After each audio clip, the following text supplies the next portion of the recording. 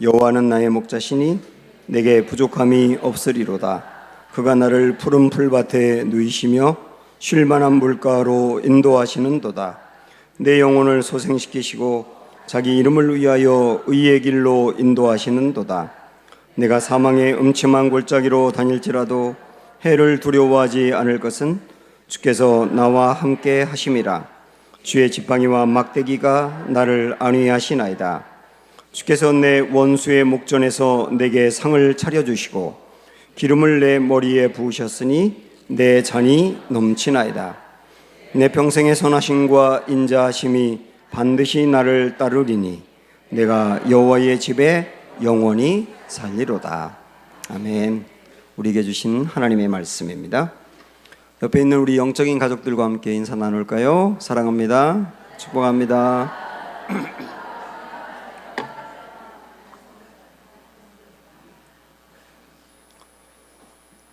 우리 하나님은 선하시고 인자하신 분이십니다. 그거 믿으시나요? 어떤 분들은 지금 여러분이 대답한 것처럼 아멘 그렇게 믿고 대답을 합니다. 근데 어떤 분들은 아직은 고민이 많아요. 정말 그러신지 모르겠어요. 그러는 분도 있어요. 어떤 분들은 정말 하나님이 선하시고 인자하시다고 아멘으로 고백을 했다가도 어떤 어려운 상황이 만났을 때는 정말 그런지 모르겠다고 말하는 분들도 있습니다. 그러면 우리 하나님은 어떤 때는 선하고 인자하신 분이었다가 어떤 때는 악하고 우리를 미워하는 분인가? 그건 아니지 않습니까? 우리 하나님은 언제나 변함없이 그 성품은 늘 그 자리에 산처럼 바위처럼 태양처럼 그렇게 계시거든요. 근데 우리에게 아멘이 나오기도 하고 안 나오기도 한단 말입니다. 왜 그럴까? 이 이야기로 제가 대신 답을 드리고 싶어요. 강원도에 살던 어떤 남자가 직장 때문에 부산으로 가게 됐습니다. 근데 굉장히 더운 여름날이라서 부산에 갔더니 찜통더위예요. 그 남편은 도착하자마자 강원도에 있는 아내에게 이메일을 보냈습니다. 근데 착각하고 잘못 보내가지고 아내에게 보낸다는 게 교회 목사님 사모님한테 보내게 된 거예요. 근데 그 목사님 사모님은 얼마 전에 그 목사님이 하늘나라로 가셨거든요. 굉장히 슬픈 상황이었어요. 근데 이 사모님이 그 이메일을 열어본 다음에 두 줄을 읽고 기절을 하셨답니다. 왜냐하면 거기에 이렇게 쓰여 있었대요. 여보, 나는 잘 도착했어. 그런데 이 밑에는 정말 뜨겁구려.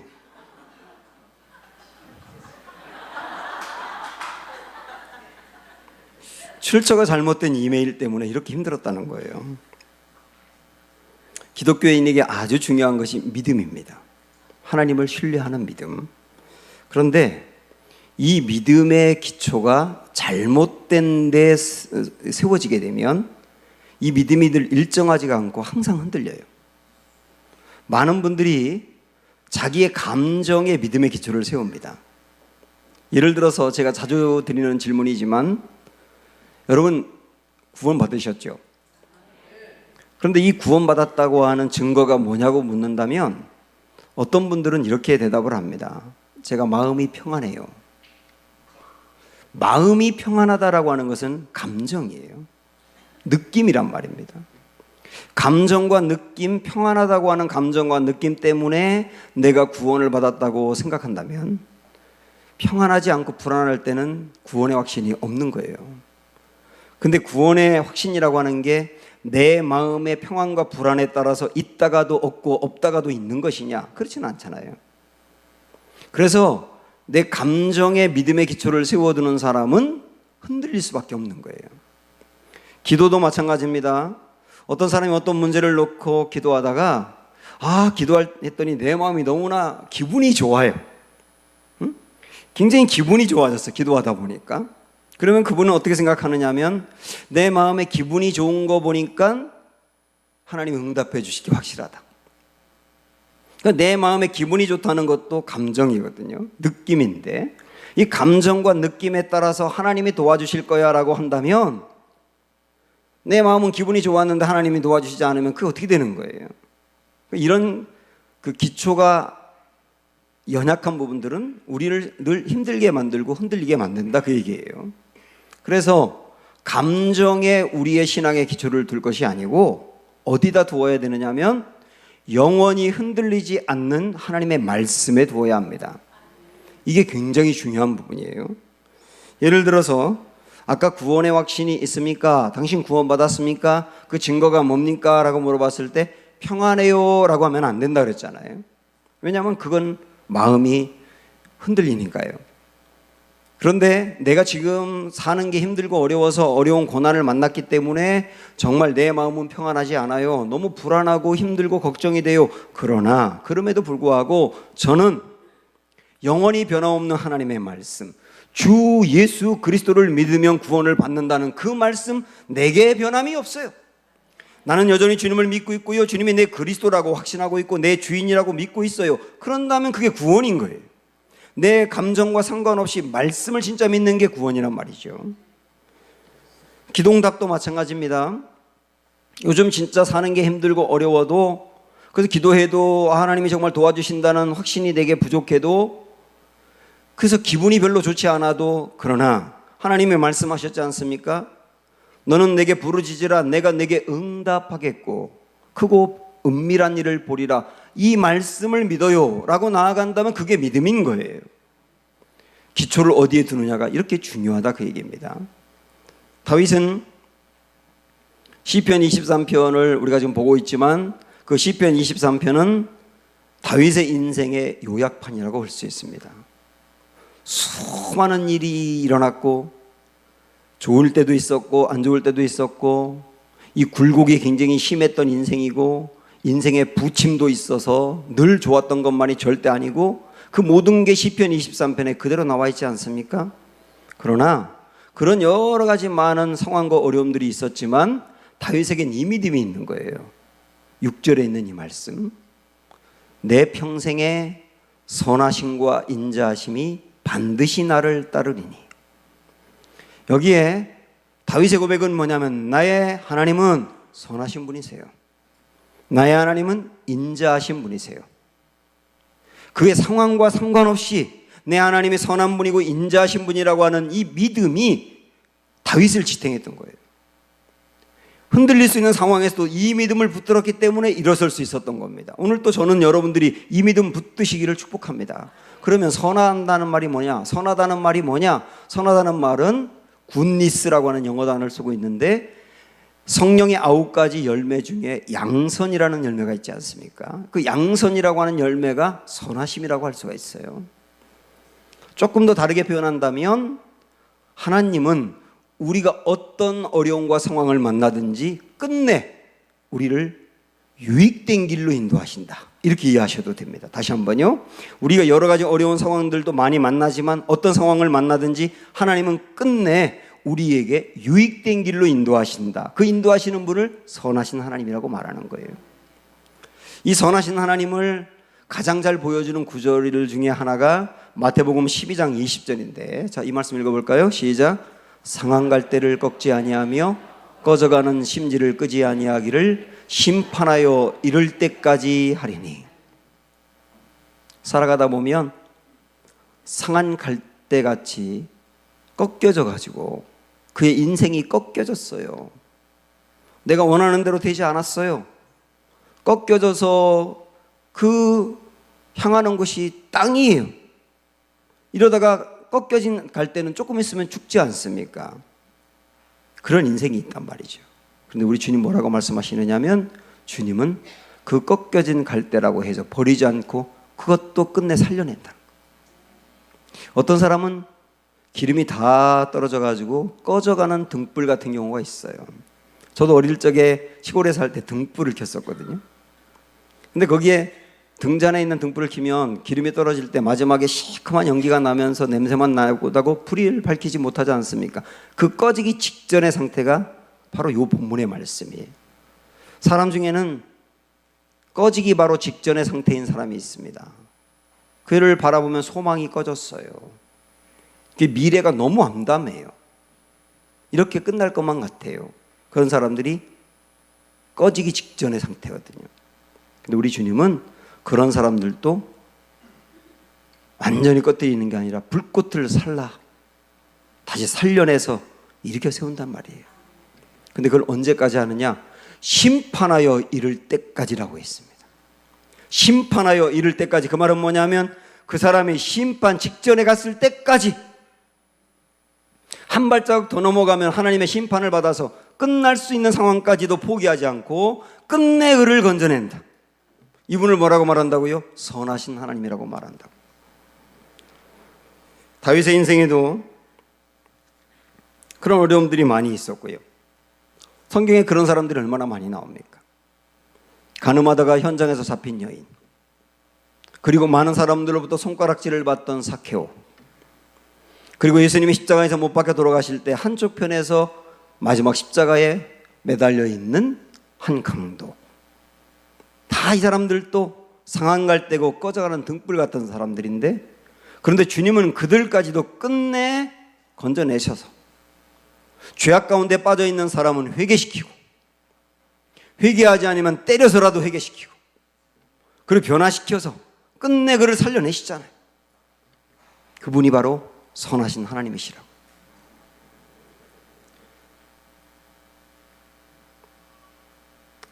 우리 주님은 절대로 사람을 포기하는 법이 없어요.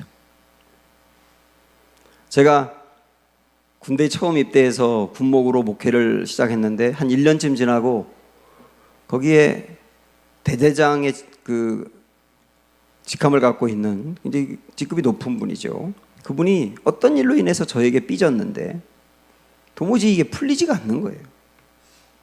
그래서 그 부대 아이들을 교회를 안 보냅니다. 안수 집사님인데. 그래가지고 너무너무 힘들어서 제가 여러 번 찾아가도 문전박대하고, 그래서 저도 지쳐가고, 그래서 이걸 어떻게 풀어야 되나 고민이 돼가지고 저희 아버지 같은 목사님에게 연락을 드려서, 목사님 이럴 때는 어떻게 해야 되나요? 이렇게 물어봤어요. 그때 이 아버지 같은 목사님이 하셨던 말씀을 지금까지 제가 잊을 수가 없어요. 뭐라고 하느냐면,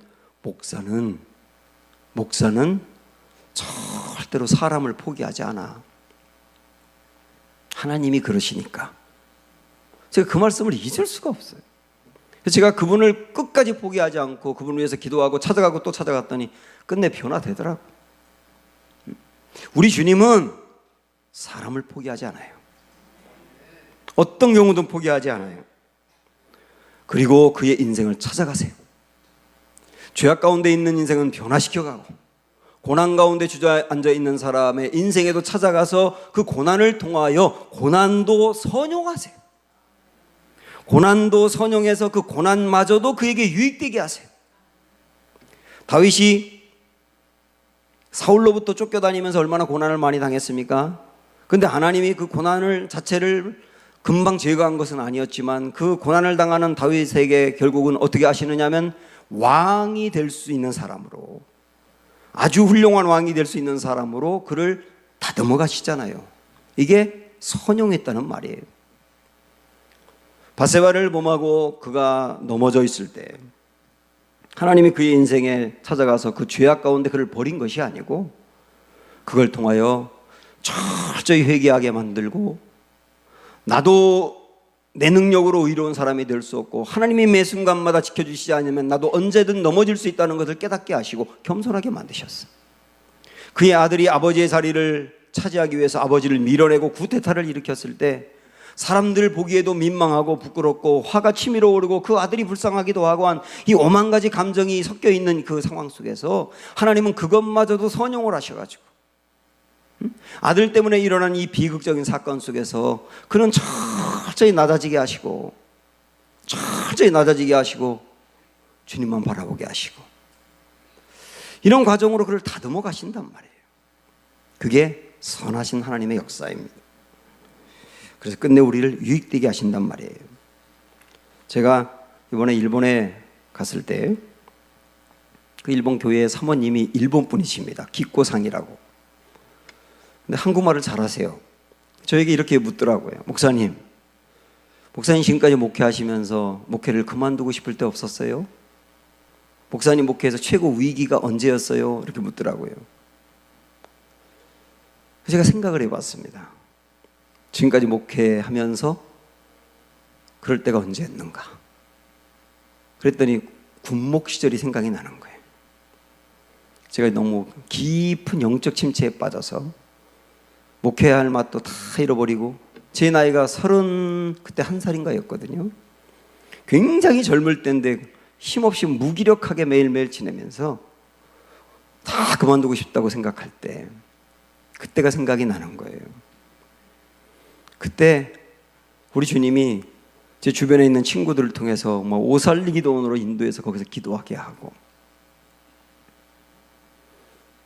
저를 무너지지 않고 붙잡아 주셔서 끝내 제가 하나님 붙들고 거기서 회복이 됐거든요. 그런데 제가 가만히 지나서 생각을 하니까, 그런 과정들을 통해서 목회라고 하는 것은 내 능력으로 하는 것도 아니고, 경험으로 하는 것도 아니고, 인맥으로 하는 것도 아니고, 오직 주님이 도와주시면 안 된다는 거, 그런 것들을 정말 철저히 깨닫는 기간이었거든요. 그래서 그때 제가 모든 걸 다 그만두고 싶고 영적 침체에 빠져 있는 것이 힘들었지만, 지나고 나니 그때 그 과정이 저에게 참 유익이었던 거예요. 그런 과정이 있었다는 게 지금까지 저희 목회에 굉장한 유익이 됐다는 걸 깨닫게 된 겁니다. 하나님은 내가 잘못하여서 어려움을 당할 때도 있고, 어떤 때는 내 잘못이 없이 애매히 고난을 당할 때도 있지만, 어떤 경우와 상황에서든지 우리를 버리지 아니하시며 나의 인생에 개입해서 끝내 그 모든 것들을 유익한 상황으로 인도해 가신다. 아멘. 이분이 바로 나의 선하신 하나님이세요. 지금도 여러분에게 마찬가지입니다. 뿐만 아니라 하나님은 인자하신 분이십니다. 인자하다는 말은 히브리어 단어로 여러분들 많이 들어봤겠는데 헤세드라고 하는 말을 써요.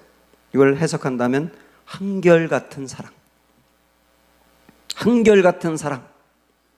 이게 이 헤세드라고 하는 단어가 구약 성경에 500번도 넘게 나오거든요. 이 헤세드의 사랑을 어떤 사람은 약속하신 것은, 한 번 약속하신 것은 반드시 지키시는 신실하심이라고 표현했는데, 이 적절한 표현 같아요. 한 번 우리 인생에 뭔가를 계획하시고, 우리를 쓰려고 하는 계획, 우리를 건전에 구원받게 하려는 계획, 그리고 우리에게 어떤 약속을 하셨다면 우리가 어떠하든 상관없이 끝내 그 약속을 이루시고야만은 하나님이에요. 그 인자하심이거든요. 하나님이 아브라함에게 찾아가서, 아브라함아, 내가 너에게 민족을 이룰 거야, 내가 나라를 세우게 할 거야. 아브라함 달랑 한 사람밖에 없는데 한 사람을 두고 뭐라고 말씀하시느냐면 민족을 세우고 나라를 만들 거야. 그런데 400년 동안 외국에서 고통을 당하고 그 뒤에 돌아오게 될 거야. 그렇게 약속하셨는데, 아브라함 한 사람에게 한 약속을 하나님은 끝내 이루셔서 이스라엘이라고 하는 나라 세우잖아요. 물론 400년 동안 말씀하신 대로 이루어졌고요. 다윗이 왕이 되었는데, 다윗은 정말 왕이 될 만한 사람이었기 때문에 왕이 되었다. 사울을 죽일 수 있는 기회가 있었는데도 죽이지 않고 그를 용서하고, 그런 거 보면 왕이 될 만한 사람이잖아. 그렇게 볼 게 아니라, 다윗도 수도 없이 넘어지고 부족하고 연약한 사람이었지만 하나님이 끝내 그를 왕으로 세워. 왜요? 약속했으니까요. 하나님은 그를 내 마음에 합한 사람이다 라고 말씀하셨는데, 그 마음에 합하다고 해서 완전하다는 뜻이 아니고, 그도 역시 수도 없이 자빠지고 죄 가운데 빠져 살았었지만, 그러나 끝내 하나님이 그에게 내 마음에 합한 사람이 되도록 그 계획을 포기하지 않고 약속을 지켜 가셨기 때문에 가능하다는 거 아니에요? 이 하나님이 누구냐면 인자하신 하나님이세요. 그래서 다윗은, 나의 하나님이 진짜 선하시구나, 나의 하나님이 진짜 인자하시구나 라고 하는 것을 고백하고 난 다음에 이 확신을 이야기합니다. 자, 이 확신 6절 다시 보세요. 시작. 내 평생의 선하심과 인자하심이 반드시 나를 따르리니. 평생에 선하시고 인자하신 그 하나님이 반드시 나를 따르실 거다 그랬어요. 따르다는 말은 나를 쫓아온다, 이런 표현인데, 제가 좀 이 말씀을 묵상하다 보니까 의문이 생기는 겁니다. 하나님이 내 인생에 앞서가시면서 선하고 인자하신 방법으로 내 길을 열어가신다, 이런 은혜가 되는데, 내 인생에 앞서가시면서 그런다고 표현하지 않고 나를 쫓아온다라고 표현했어요. 선하고 인자하신 방법으로 나를 쫓아온다. 이게 참 재밌는 표현이기도 하면서 생각해야 될 말씀이더라고요. 그리고 묵상을 해봤더니 우리 인생에 죄에 넘어질 때가 있고 고난에 넘어질 때가 있고 실패해서 넘어질 때가 있는데, 그렇게 우리는 넘어져서 어찌할 수 없는 상황, 그 상황 주님이 뒤따라오면서 그것마저도 선용해서 복된 길로 인도하신다, 이런 말씀이더라고요. 이렇게 표현하면 어떨까 모르겠는데, 사고는 내가 치고 수습은 주님이 하신다, 뭐 그렇게 하면 어떨까 싶어요. 내가 내 잘못으로 어찌할 수 없는 상황에 빠졌을 때도 하나님은 그것마저도 결국 선용하셔서 끝내 나에게 유익이 되게 하고 선한 길로 인도하시는 하나님이시다. 이게 나를 따른다라고는 표현 아니겠어요? 마태복음 14장에 보면 여러분이 잘 알고 있는 풍랑 이야기가 나오는데요, 예수님이 오병이어의 기적을 일으키고 사람들을 돌려보낼 때가 날이 저물었을 때입니다.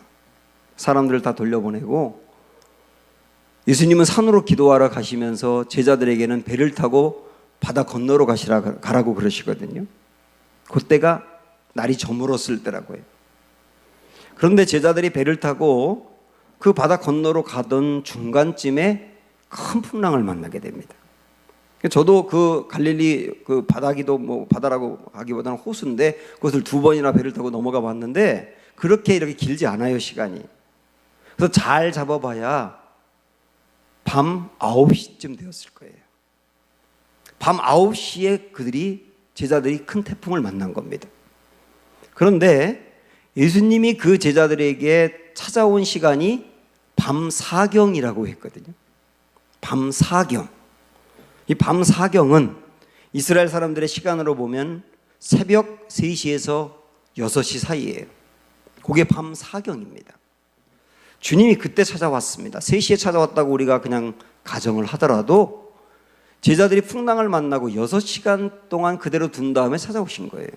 근데 우리 주님이 그 말씀에 보니까 제자들이 풍랑을 만나서 노를 젓고 막 너무 고생하는 것을 보셨다고 했거든요. 그 말은 뭐냐면 몰라서 늦게 온 게 아니라 알면서도 늦게 왔다는 뜻이에요. 왜 그러셨을까? 그러니까 지금 우리도 그런 고민을 가질 때가 참 많지 않습니까? 제자들이 볼 때는 아니 주님이 우리가 이렇게 풍랑을 만나 고생하는 걸 보셨다면 얼른 와서 우리를 건져내 주셨어야지, 보셨으면서 왜 이렇게 늦게 오셨냐 말이에요. 6시간 만에. 우리도 그러지 않습니까? 내가 지금 이렇게 힘든데, 이렇게 힘들어 하나님께 기도하고 하나님께 매달리는데 하나님이 아시면서도 왜 이렇게 늦게 오시냐 말이에요. 이런 고민이 우리에게 많잖아요. 의문도 많고. 왜 그럴까요? 주님은 제자들이 밤 사경이 될 때까지 두신 겁니다. 밤 사경이라는 말은 다르게 말하면 제자들의 힘으로 풍랑을 도저히 이길 수 없고 어찌할 수 없어서 손을 드는 때를 말하는 거예요. 그전에는 제자들이 풍랑과 싸워 이기기 위해서 사투를 벌이면서 온갖 방법으로 그 바다에서 뼈가 굵은 사람들이기 때문에 자기들의 방법과 경험을 다 동원해서 뭔가 이겨내려고 했는데 아무리 이 방법 저 방법을 다 사용해도 안 되고 도저히 우리 힘으로 어찌할 수 없다고 손을 든 때가 밤 사경이라. 하나님은 그때까지 두실 수가 있어요. 그래서 깨닫게 하는 겁니다. 우리의 인생의 풍랑을 우리 힘으로 이길 수가 없는 거구나. 그러나 우리의 힘으로 어찌할 수 없고 두 손을 들 수밖에 없는 그 최악의 고난의 상황에서도 주님은 찾아오시는구나. 그리고 건져내시는구나. 제자들에게 그걸 가르쳐 준 거예요. 이 경험을 통하여서. 그래서 제자들의 입술에서 이런 고백이 나올 수밖에 없는 거예요. 야, 밤 사경의 그 고난 속에서도 끝내 하나님은 우리를 성장시키는구나. 주님은 선하시고 인자하신 분이구나. 사랑하는 여러분, 우리 교우들 중에도 지금 밤 사경을 보내는 분들이 있습니다. 어떤 개인적인 어려움, 문제, 질병, 가정의 문제 등을 만나서 정말 나의 힘으로, 나의 경험으로, 내 능력으로, 내 인맥으로 다 동원해도 안 되는 어려운 상황에 빠져 있는 분들이 있어요. 여러분이 앞으로 그런 상황을 만날 수도 있습니다. 그게 밤 사경이거든요. 그러나 그때까지 내가 부르짖어도 하나님이 나를 그냥 둔 것은 나를 버린 게 아니에요. 인생의 밤 사경에도 주님은 찾아오십니다. 그리고 나의 힘으로가 아니라 정말 주님의 힘으로 된다는 거, 나의 모든 것들 내려놓은 다음에 하나님이 일하시기 시작한다는 것을 그 순간에 보여주실 겁니다. 그래서 우리 입술에서도 고백이 나올 거예요. 주는 선하시며 인자하신 분입니다. 다윗은 주님이 정말 선하시며 인자하신 분이라고 하는 것을 그 경험을 통해서 알게 됐고요. 그러면서 앞으로 하나님도 그러실 거라고 확신하는 내용이 그 다음에 나옵니다. 시편 23편은 1절부터 5절까지는 다 현재형입니다. 시제로 본다면 전부 다 현재형이에요. 1절에 여호와는 나의 목자시니, 그 말은 여호와는 지금 현재 나의 목자라는 뜻이고, 2절에 그가 나를 푸른 풀밭으로 또 쉴만한 물가로 인도하신다는 말은 지금은 힘들어도 앞으로 그럴 거야가 아니라 지금 현재도 그렇게 하신다는 뜻이고, 3절에 내 영혼을 소생시키시고, 그 말은 주님은 현재 지금 어떤 경우와 상황이든 내 영혼을 불타게 하며 소생시킬 것이다 라고 하는 것을 믿는 것이고, 5절에서는 내 잔이 넘치나이다 라고 하는 고백도 지금은 아니지만 나중에 내 잔을 넘치게 하실 거예요가 아니라 어떤 경우와 상황에서도 지금 내 잔을 넘치게 하신다는 뜻이거든요. 저는 이렇게 보면서 이런 생각을 해봤습니다. 지금 내가 현재의 상황은 형편없고 되는 게 아무것도 없고 그래도 나중만 좋으면 되지라고 생각하는 게 아니라 어떤 상황과 형편, 여건 속에서도 현재의 기쁨을 찾고 현재의 감사를 찾을 수 있는 게 중요하다는 걸 알게 됐어요. 겐 가이어라고 하는 사람이 쓴 글에 보면 이런 얘기가 나옵니다. 미국의 어떤 여행객이 멕시코의 그 수도인 멕시코 시티의 시장을 방문하게 됩니다. 그곳에 갔더니 어떤 한 노인이 양파를 갖다 놓고 팔아요. 몇 개씩 한 알음으로 이렇게 줄을 만들어 놓고 파는데 다 세보니까 20줄입니다. 그래서 그 노인에게 이 여행객이 제가 양파 한 줄을 사면 얼마를 줘야 되나요? 그랬더니 10센트를 달라는 거예요. 그럼 두 줄을 사면 얼마 줘야 되죠? 그랬더니 당연히 20센트죠. 세 줄은요? 30센트죠. 깎아주는 게 없네요. 그리고 나서 그러면 제가 여기에 있는 이 모든 양파를 한 번에 다 사면 얼마 받으시겠어요? 그랬더니 그 노인이 뭐라고 말하냐면 한 번에 다 팔지 않습니다. 그래서 아니 이거 팔려고 나온 거 아니에요? 그랬더니 맞아요. 그러면서 하는 말이 이 의미 있는 말이에요. 뭐라고 하느냐면 맞지요. 그런데 나는 양파만 파는 것이 아니라 이 시장에서 인생을 살려고 왔습니다. 나는 시장을 좋아합니다. 이 시장에서 물건을 사는 손님들의 모습, 물건을 파는 상인들의 치열한 삶의 모습, 나에게 양파를 사러 온 사람들과 대화하는 것, 이런 모습들을 다 사랑합니다. 이 모습을 볼 때 나는 삶의 활력을 느낍니다. 그런데 당신이 이 양파를 한 번에 다 사면 오늘 저는 인생을 잃어버리지 않습니까? 그러면서 한 번에 다 안 판다는 거예요. 비록 양파 몇 개를 갖다 놓고 시장에서 파는 어려운 삶이지만, 그래서 지금 이렇게 현재는 어렵지만 나중은 좋아질 거야가 아니라 현재 어려운 가운데 살아가고 있지만 그 삶 속에서 현재를 즐기는 거예요. 저 이게 굉장히 중요하다고 봐요. 지금은 아니지만 나중에요가 아니고 지금 어떤 상황이지만 그 여건과 상황 속에서도 감사를 찾고 그 안에서도 기쁨을 찾으려고 하고 의미를 찾고 그 사람이 현재를 즐기는 거 아닙니까? 그게 중요하단 말이에요. 현재가. 다윗은 그래서 시편 23편의 그 1절과 5절까지의 상황에서 굉장히 많은 것들이 있었지만 이런 상황, 이런 어려움, 저런 어려움이 있어도 그래도 현재 나는 여전히 내 영혼이 소생합니다. 내 잔이 넘칩니다. 부족함이 없습니다. 라고 고백할 수 있었다고 해요. 근데 그게 끝이 아니에요. 현재 그 의미와 기쁨을 얻은 다음에 마지막 6절로 가면 미래형을 쓰고 있습니다.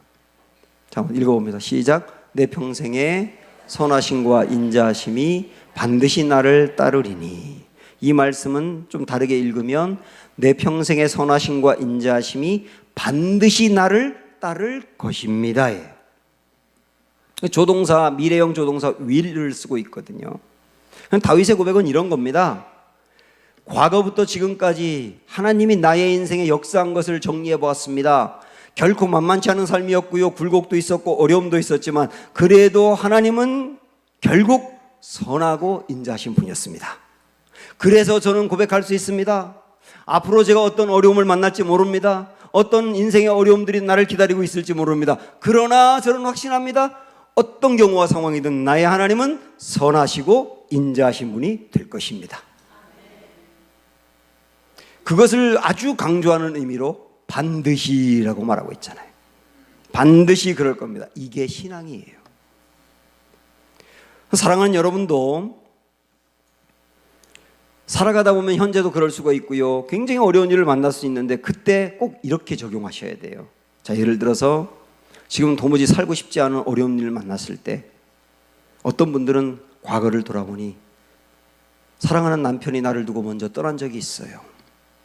덩그러니 나 혼자 남겨졌고 정말 살 수 없을 것만 같고 죽을 것만 같았는데, 그런데 그때도 끝내 하나님은 나에게 힘을 주셨고 용기를 주셨고 살아가게 하셨어요. 그 지나가 보니 그 견뎌내며 여기까지 왔어요. 맞아, 하나님은 나의 인생에 선하고 인자하신 분이었어. 그러면 지금의 이 어려움 속에서도 하나님은 선하고 인자하게 하셔서 끝내 극복하겠지. 이게 신앙이라니까. 지금 큰 죄에 넘어졌다고 생각해 보세요. 그때 이전에 내가 그렇게 큰 죄에 넘어졌을 때가 있었고, 그래서 모든 게 파멸일 것만 같고 나 자신에게 너무나 실망해서 좌절해 있을 때, 그때 하나님은 찾아와서 손을 내미시고 말씀을 주시고 일으켜 세워서 회개시킨 다음에 변화시켜서 나에게 새 삶을 주었자. 아, 그랬지, 하나님은 그랬지, 그때 정말 선하고 인자하신 분이었지. 그렇다면 지금 넘어져 있을 때도 버리지 아니하시며 여전히 나를 변화시켜 쓰실 거야. 이거 붙들고 가는 게 믿음이라. 지금 육신의 질병으로 힘들어하는 분이 있다고 한다면 과거에 이보다 더 어려울 때도 있었는데 그때 나는 정말 못 살 것만 같았는데 그때도 하나님이 결국은 일으켜 세우고 매일매일이 간증이었고 매일매일이 하나님의 은혜였고 여기까지 오게 하셨는데 이 어려움도 끝내 극복하게 하시겠지. 역시 나의 하나님은 선하시고 인자하신 분이야. 이게 신앙이라고요. 이렇게 적용해 가는 게 신앙이라고. 하나님은 과거에서 지금까지 선하시고 인자하신 분이었듯이 저와 앞으로 여러분의 인생에도 선하시고 인자하신 분이 될 것입니다. 언제까지요? 영원히. 그래서 시편 106편 1절에 보면 읽어볼까요? 할렐루야, 여호와께 감사하라. 그는 선하시며 인자하심이 언제까지? 영원함이로다. 이 고백이 여러분에게 있기를 원하고, 하나님이 영원히 선하시고 인자하신 분이라고 하는 확신을 갖고 맨 앞에 할렐루야 이렇게 외치고 있는 것처럼, 저는 오늘 이 시간 여러분도 나의 인생에도 하나님이 그럴 거라고 믿으면서 다 같이 저와 함께 외쳤으면 좋겠어요. 할렐루야. 찬양합니다. 하나님의 사랑을 사모하는 자.